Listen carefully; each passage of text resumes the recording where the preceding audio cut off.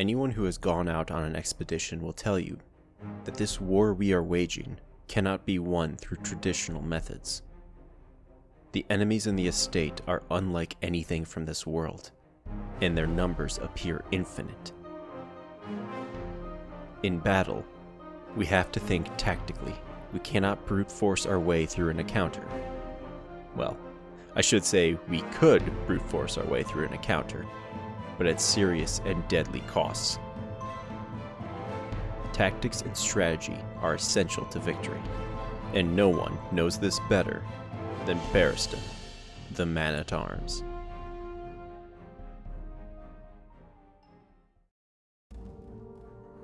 Barristan is the definition of a lifelong soldier.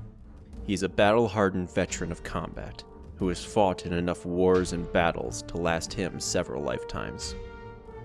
His past is largely covered in mystery. We know he was in the military, specifically part of an infantry unit.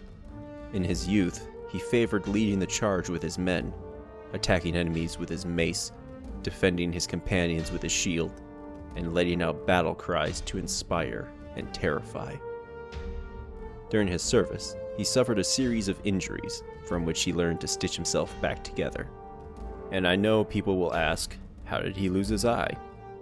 He doesn't make any specific references to the injury, except in a few particular quotes, from which I can give my own thoughts on. He mentions how his eye is missing, so that probably means it was surgically removed because of an injury.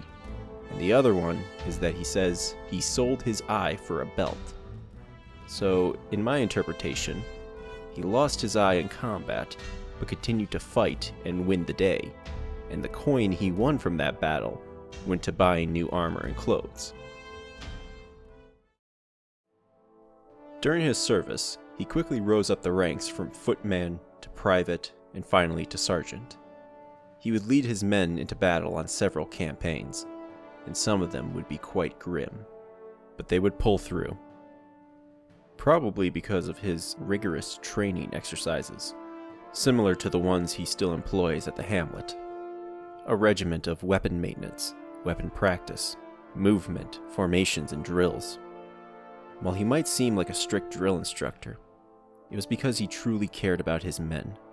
He didn't just view them as soldiers, he saw them as his family, his brothers, which made what came next even more heartbreaking. In one particular battle, Barristan and his men were tasked with capturing an enemy position while under heavy cannon fire. The battlefield was a chaotic mess of arrows and explosions. Barristan was carrying one of his injured troops, from the look of him, a recruit, possibly even still a boy. He took a sword through the shoulder, but still he pressed on. Nothing was going to stand in his way. He was close to his goal when he took a direct hit from one of the cannons. He was knocked unconscious and woke up hours later, pulling himself out of the rubble. Boy, he tried so hard to protect. His men, all dead. It was just him and the crows left on the battlefield. I will say that there are a lot of details about this battle we don't know, but based on his dialogue, it sounds like he was racked with guilt, like he felt that he betrayed his men. Maybe he was given the orders to attack, knowing that it would be a death sentence, and he feels like the one who betrayed his men.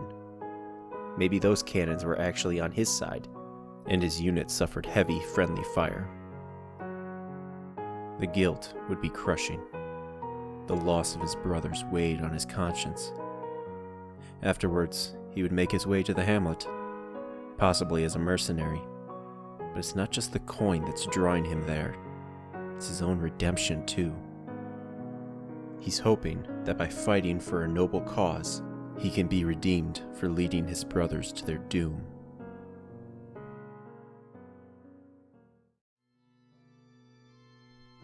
Barristan has lived a long life.